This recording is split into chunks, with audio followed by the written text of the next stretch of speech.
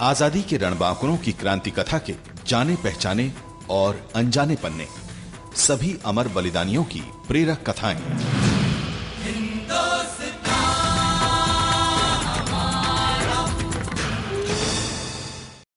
भारत की आजादी का एक कारण भारत के लोकमानस में आई आजादी की वो चेतना थी जो सुदूर वन प्रांतरों में बसे टोलों में स्वतंत्रता के लिए पनपी थी। गांधी जी ने नमक सत्याग्रह के जरिए ब्रिटिश हुकूमत को चुनौती दी तो मध्य प्रदेश में नमक की जगह जंगल सत्याग्रह ने ले ली। प्रदेश भर में ये आंदोलन बड़े उत्साह के साथ चलाया गया। अनेकों देशभक्त शहीद हुए, लाठियां खाईं, जेल की यातनाएं भोगी, पर टस से मस नहीं हुए। आंदोलन के इस दौर में सिवनी जिले का विशिष्ट योगदान रहा है।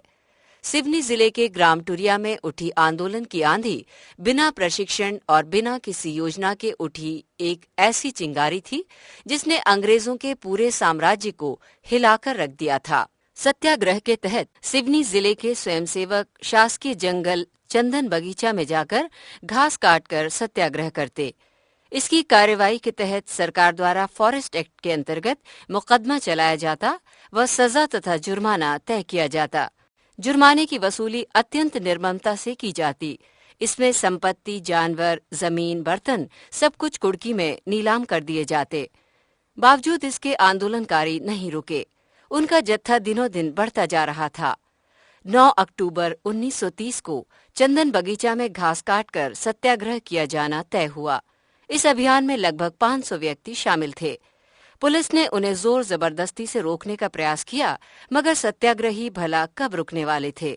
पुलिस ने आंदोलन के नेतृत्वकर्ता मूका को गिरफ्तार कर लिया। इस पर लोग भड़क उठे। लोगों की उत्तेजना के विरोध में उन पर गोलियां बरसाई गईं। आंदोलनकारियों को वृक्षों से बांधकर कोड़े मारे गए। लहूलुहान आजादी के दीवानों को कांजी हाउस में बंद कर दिया गया। टुरिया गांव चीत्कार कर उठा। मगर अमर शहीदों के खून से भीगी जंगल की देह ने अपनी सशक्त भागीदारी सुनिश्चित करते हुए पीढ़ियों तक आक्रांताओं के खिलाफ आवाज उठाकर अपनी गौरव गाथा को बरकरार रखा। स्वाधीनता के लिए उठा ये विप्लव देश की आजादी तक नहीं थमा।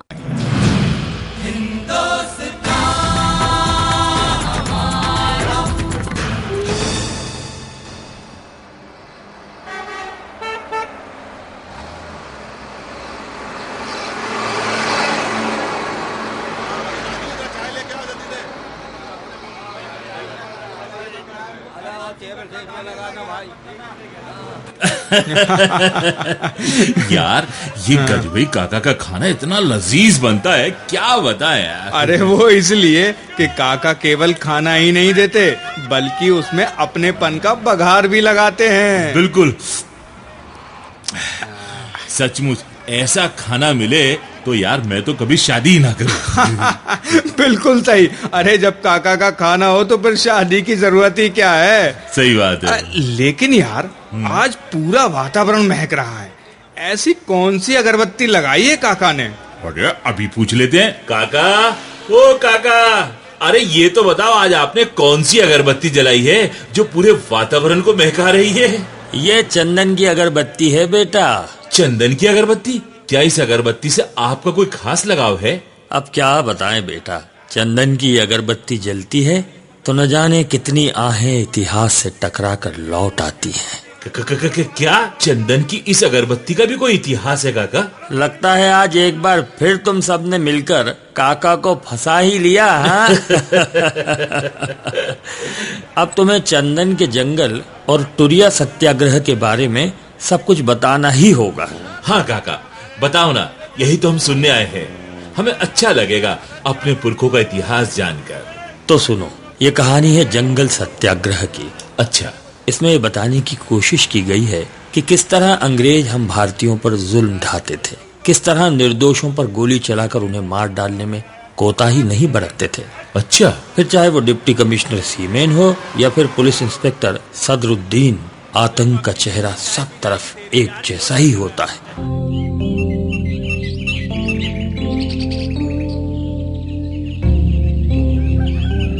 अरे ये तो हद हो गई भैया।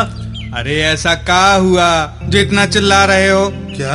अरे तुम्हें पता नहीं ये जो अंग्रेज अब हमारे जंगल पर भी अपना अधिकार जमाने लगे हैं। वो तो हमारे देश में मेहमान बनकर आए और अब पूरे देश पर कब्जा जमा लिया। हाँ? तो जंगल भी उन्हीं के होंगे ना।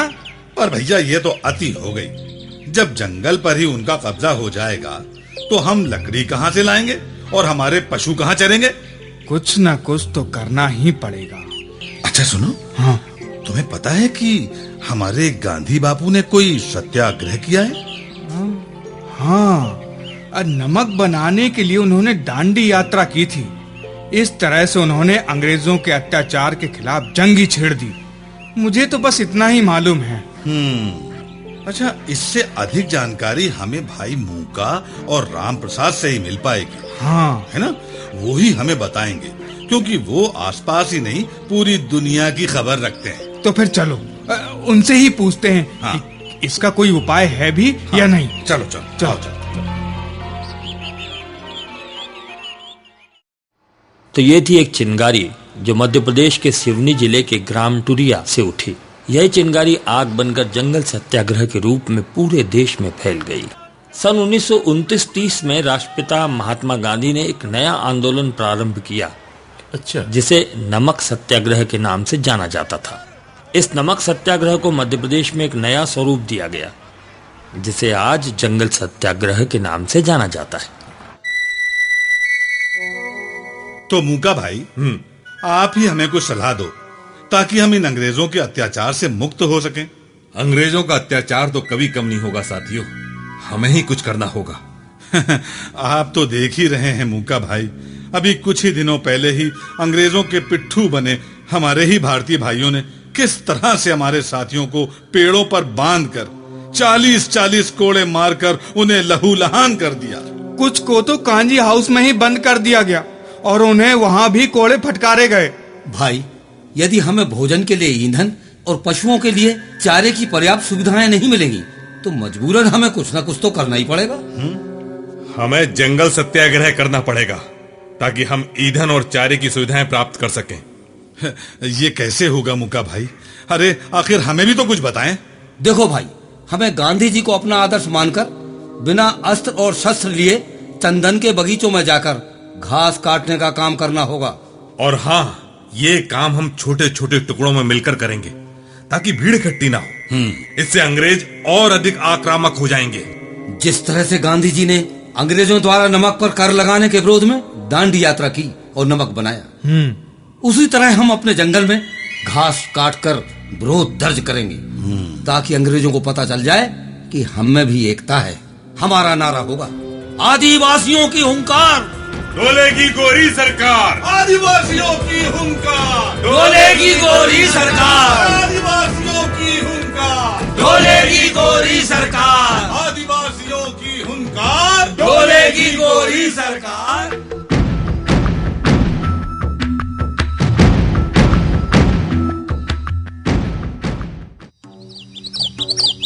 लो भाई, जंगल सत्याग्रह तो शुरू हो ही गया। ये दुर्गा शंकर मेहता जी भी कमाल के आदमी हैं। कांग्रेस कार्यालय में शिविर प्रारंभ कर आदिवासियों के उत्थान के लिए लगातार हमारे अधिकारों के बारे में बता रहे हैं। भैया, कितनी अच्छी बात है। हाँ। कि हमारे साथी चंदन बागीचे में रोज ही जाकर घास काटने का काम कर रहे हैं। अरे घास काटने के पहले नोटिस भी तो देते हैं, तभी तो 4-5 लोग मिलकर जा पाते हैं। इसके एवज में जुर्माना जो भरना पड़ता है वो? अरे वो तो हमें भरना ही पड़ेगा। आखिर देश के लिए हमारा भी तो कुछ कर्तव्य है कि नहीं? तुमने देखा क्या? पहले तो इन अंग्रेजों ने हम पर जुर्माना किया, हाँ, फिर हमारे बर्तन भाड़े रख लिए। लेकिन अब जब सत्याग्रहियों की संख्या बढ़ गई तो सबको गिरफ्तार नहीं करते, बल्कि जंगल में ही कहीं दूर ले जाकर छोड़ देते हैं। इन्हें भी पता चल गया है कि हमारे मूका भाई की ताकत दिनों दिन बढ़ रही है। लोग उनकी एक आवाज पर मरने मारने पर उतारू हो जाते हैं। सही कहा।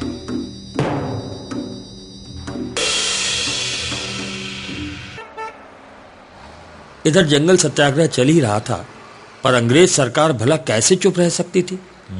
वो भी ताक में थी कि किस तरह ये आदिवासी भड़कें और गोरी सरकार अपना वास्तविक रूप दिखा सके।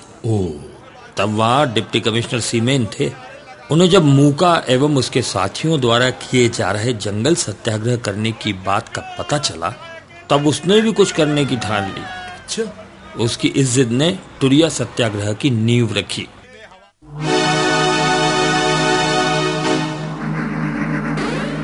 सदरुद्दीन जी साहब। ये क्या हो रहा है?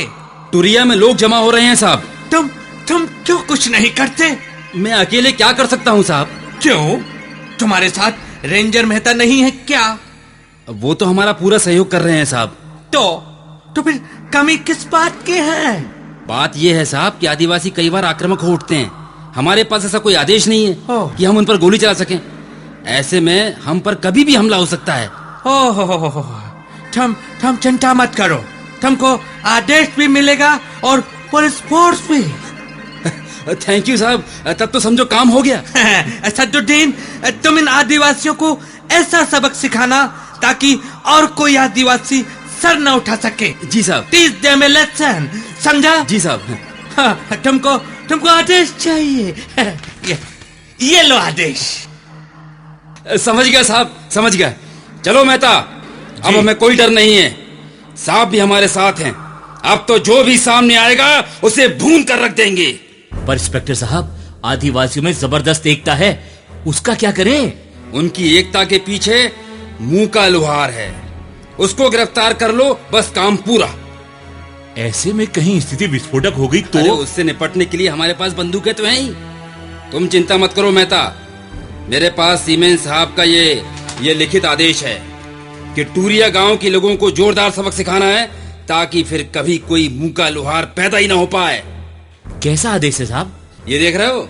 हाँ। ये सीमेन साहब का आदेश, अच्छा। जिसमें साफ साफ लिखा है कि टूरिया गांव के लोगों को ऐसा सबक सिखाओ जिससे कभी कोई सर ऊंचा न कर पाए। यार सदरुद्दीन, ये सीमेंस तो बहुत ही कमीना साहब है यार। अरे ये तो इतना कमीना है कि जब भी वाइसराय को चिट्ठी लिखता है तो गांधी जी के मरने की कामना करता है। हम ऐसे ही कमीने अफसर के साथ कब तक काम करते रहेंगे यार? क्या करें यार, अंग्रेजों की खा रहे हैं ना, तो उनकी बजानी भी होगी। हाँ।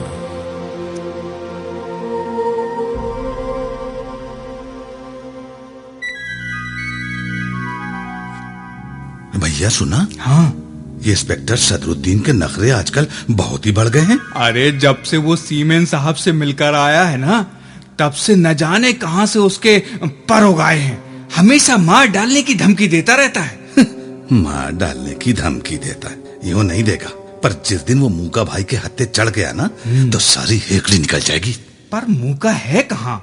आजकल वो कर क्या रहा है पता ही नहीं चलता। अरे वो आजकल गांव गांव घूमकर लोगों को जागृत कर रहे हैं ताकि ये गोरी सरकार कुछ सबक सीख सके। हाँ, लगता है अब कुछ ना कुछ होकर रहेगा। ऐसा कैसे कह रहे हो भाई? मुझे लगता है कि सदरुद्दीन के तेवर कुछ और ही कह रहे हैं। हे ईश्वर, हमारे गांव को बुरी नजर से बचाना। अरे भाई, बुरी नजर तो लग ही गई है, अब तो कुछ होकर ही रहेगा। तुमने सुना है? जंगल सत्याग्रह की आग अब पूरे देश में फैल रही है। हाँ।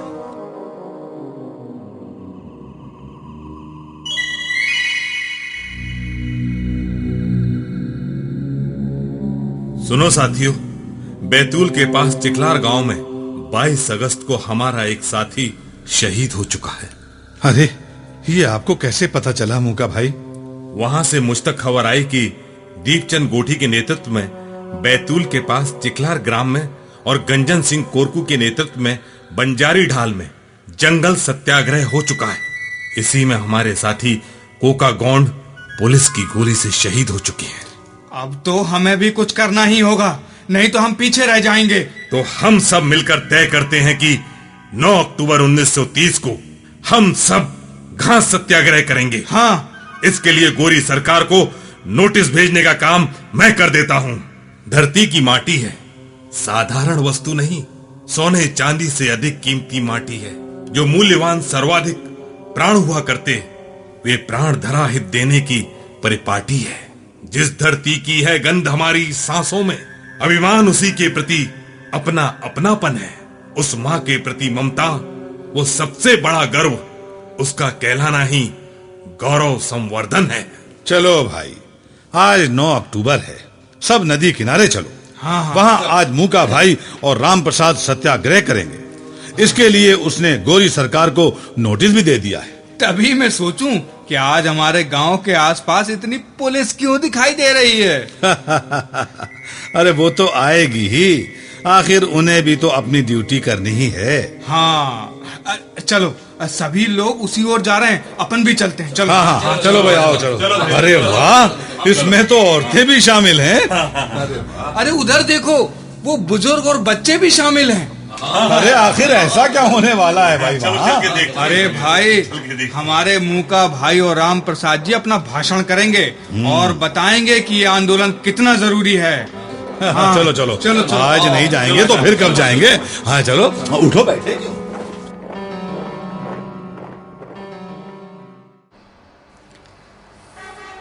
आज की ये तारीख एक इतिहास रचने जा रही है। पूरा गांव ही इस नदी के किनारे जमा हो गया है। पुलिस भी अपनी तैयारी में है। अच्छा, कब क्या हो जाए कहा नहीं जा सकता। इतिहास ऐसे ही नहीं रचे जाते, कई कुर्बानियों के बाद ही इतिहास रचा जाता है। पुलिस इस सत्याग्रह को रोकने के लिए हर तरह के हथकंडे अपना रही थी। ग्रामीणों से मारपीट तो अब आम बात हो गई थी। लोगों का आक्रोश उबल पड़ने को तैयार था। पूरा गांव ही मानो बारूद के ढेर पर बैठ गया था। किसी को भी अपनी जान की फिक्र नहीं थी। सभी के सर पर मौत का कफन था।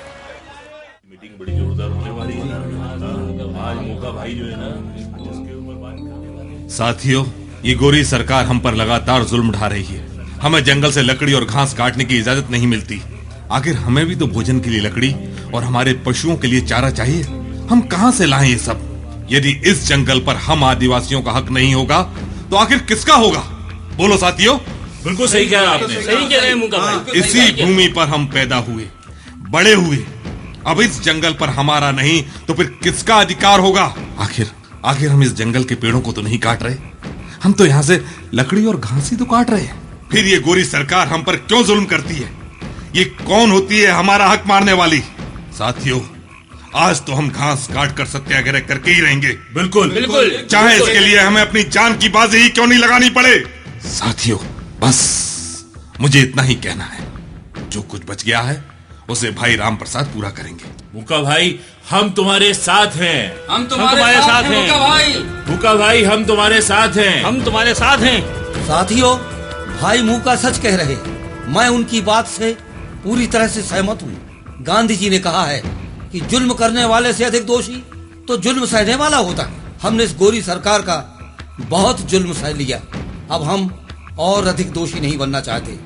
हमें गांधी जी के इस उपदेश को सामने रखकर गोरी सरकार के इस अत्याचार के खिलाफ एक होना होगा और उसके लिए इसका विरोध करना होगा। तब ये सरकार जीतेगी। कहाँ तो ये गोरे हमारे देश में मेहमान बनकर आए और कहाँ ये हम पर ही राज करने लग गए। अब सहन नहीं होता ये सब। इसलिए आओ साथियों, आज हम चंदन के इस बाग में पेड़ों को नुकसान पहुंचाए बिना केवल घास ही काटेंगे। इस संकल्प के साथ आओ, हम सब मिलकर घास काटें। हाँ, हम सब तुम्हारे साथ हैं। मूका भाई, हम तुम्हारे साथ हैं। मूका भाई, हम तुम्हारे साथ हैं। मूका भाई, हम तुम्हारे साथ हैं। मूका भाई, हम तुम्हारे साथ हैं।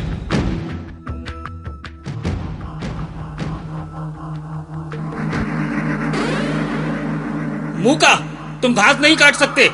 तुम्हें अपनी गिरफ्तारी देनी होगी। गिरफ्तारी? आखिर किस जुर्म में? मैंने तो कोई जुर्म नहीं किया। इतने सारे लोगों को सरकार के खिलाफ भड़काते हो और कह रहे हो मैंने कोई जुर्म नहीं किया। लोगों को उनके अधिकारों के बारे में बताना जुर्म नहीं है। ये तुमसे ज्यादा हम अच्छी तरह से जानते हैं। तुम क्या जानोगे क्या होती है देशभक्ति? तुम तो बिक चुके हो। हमारे ही साथी होकर हम पर बंदूक तानते हो। तुम्हें शर्म नहीं आती? लगता है बहुत गर्मी चढ़ गई है। इन्हें गिरफ्तार कर लो। मूका, तुम्हें गिरफ्तार किया जाता है। कर लो गिरफ्तार। सिपाहियों, गिरफ्तार कर लो उनको। कर लो गिरफ्तार। इसका परिणाम भी सोच लो। वह तो बाद में देख ही लेंगे हम।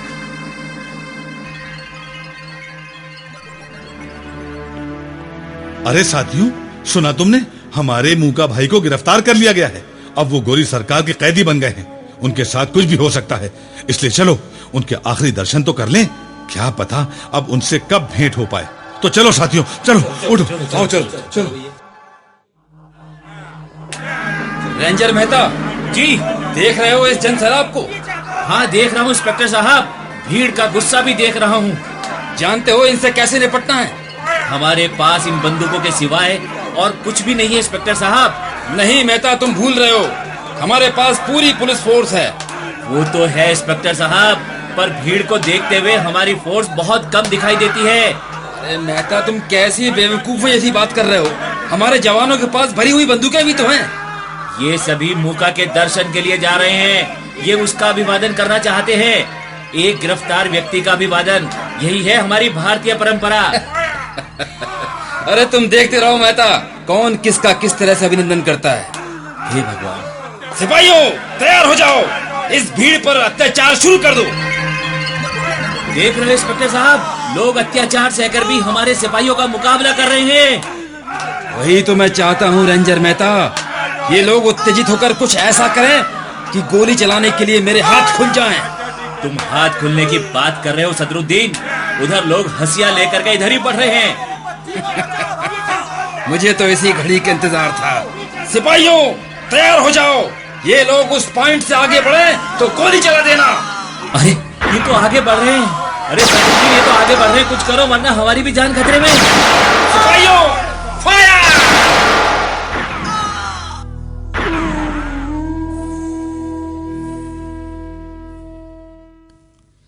तो इस तरह से गोरी सरकार ने जो चाहा वो होकर रहा। अंततः इस मनोरम शांतिपूर्ण घाटी में पुलिस की बंदूकें गरज उठी। परिणाम स्वरूप 4 लोग शहीद हो गए और 30 लोग घायल हो गए। विशाल जन समुदाय पर गोली चलाकर आखिर ये गोरी सरकार क्या समझती थी कि उसने कोई तीर मार लिया? इस अंधाधुंध गोलीबारी में एक महिला ने तो घटना स्थल पर ही दम तोड़ दिया। 2 अन्य महिलाओं एवं एक पुरुष को सिवनी अस्पताल में पहुंचाया गया, जहां उनकी मौत हो गई। इन 4 शहीदों के नाम थे गुड्डेबाई साकिन खामरीट, श्रीमती रेनीबाई साकिन खंबा, श्रीमती देभोबाई साकिन भीलवा और बिरजू भोई साकिन मुरझोड़। ये 4 अमर शहीद आदिवासी थे। जंगल सत्याग्रह की लपटें सतपुड़ा के जंगलों में उठी तो खंडवा, बुरहानपुर, रुस्तमपुर, मूंदी, पंधाना, हरसूद, डोंगरगांव आदि स्थानों पर आंदोलन तेज हो गया। क्रांतिकारी चेतना को लोक आश्रय मिला। हुकूमत के प्रतिरोध की भावना को पंख लग गए। 103 सेनानी जेल पहुंचे। अंग्रेजों के जुल्म की ये दास्तां यहीं खत्म नहीं होती। अरे भाई सुना, ये सदरुद्दीन ने जो गोली चलाई, उससे कितने लोग मारे गए हैं? हाँ, 4 लोग मारे गए हैं और 30 लोग घायल भी हुए हैं। पर ये गोरी सरकार तो बहुत ही जल्लाद निकली। क्यों, क्या हुआ क्या? अरे तुमने नहीं सुना? अभी तक शहीदों की लाश उनके परिवार वालों को नहीं दी गई है। यही नहीं, घायलों से भी नहीं मिलने दिया जा रहा है। हाँ, ये तो सुना, और ये भी सुना कि सिवनी अस्पताल में भी कड़ा पहरा लगा रखा है। पर ऐसा आदेश दिया किसने होगा? अरे वही है पुलिस कप्तान पैरी, ये उसी की हरकत है। कैसे कैसे लोग होते हैं, इन्हें ना तो लाशों पर दया आती है और ना ही विवश घायलों पर। पूरी कौम ही जल्लाद है। अरे भाई, विदेशी सरकार के स्वदेशी पुलिस कर्मियों के बारे में ये कहा जाता है कि वे साम्राज्य के प्रति इतने अधिक वफादार होते हैं जितना कि खुद सम्राट भी नहीं होगा। इसीलिए सदरुद्दीन ने सीमेन के आदेश का बहुत ही अच्छी तरह से पालन किया और उनके सबक सिखाने का आदेश अपने पास सुरक्षित रख लिया था, ताकि यदि मुकदमा चले तो उसके आधार पर खुद को बचाया जा सके। पर भाई, अब होगा क्या? अरे हमें मिलाकर पूरे 18 लोगों पर मुकदमा चलाने का आदेश सीमेन ने जो दिया है। सीमेन अपने को जितना चतुर समझता है ना, वो है नहीं। देखना वो अपने ही जाल में किस तरह से फंसता है। हमारे क्षेत्र के 2 वकीलों प्रभाकर जठार और नितेंद्र नाथ शील ने हम लोगों का मुकदमा लड़ने का फैसला किया है। अरे वाह, देश को ऐसे ही देशभक्तों की आवश्यकता है। अब देखना भाई, ये दोनों किस तरह से अदालत में पुलिस कर्मियों की बर्बरता का कच्चा चिट्ठा खोलते हैं।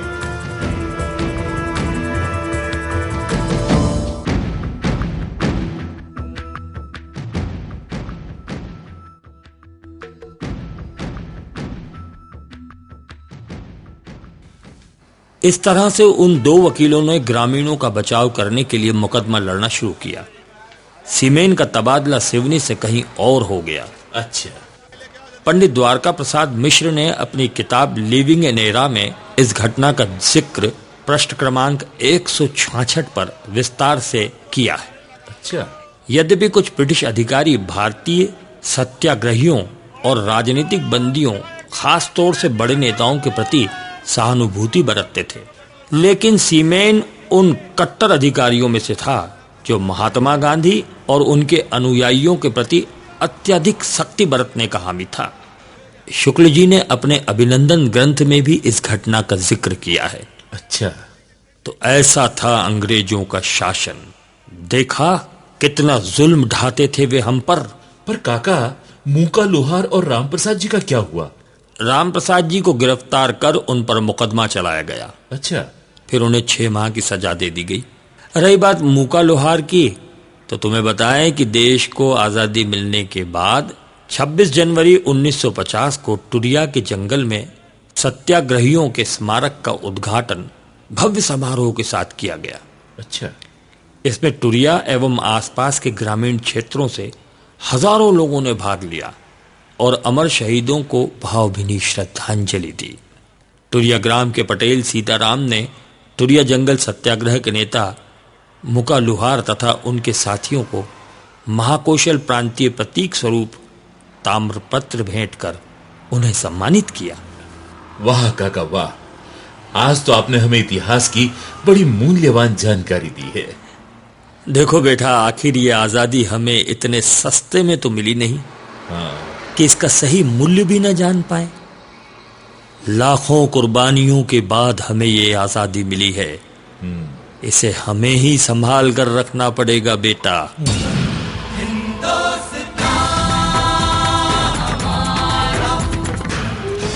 निर्देशन प्रमोद शर्मा, परिकल्पना श्रीराम तिवारी, समन्वय संजय यादव, निर्माण और प्रस्तुति स्वराज संस्थान संचालनालय, मध्य प्रदेश शासन संस्कृति विभाग।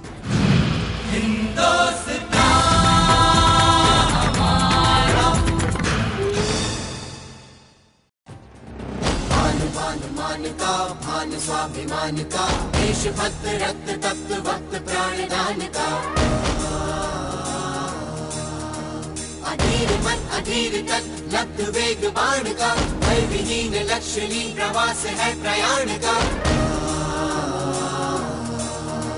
सुराज्य हो स्वराज्य हो, ध्यास है ये प्राण का, ध्यास है ये प्राण का, ध्यास है ये प्राण का।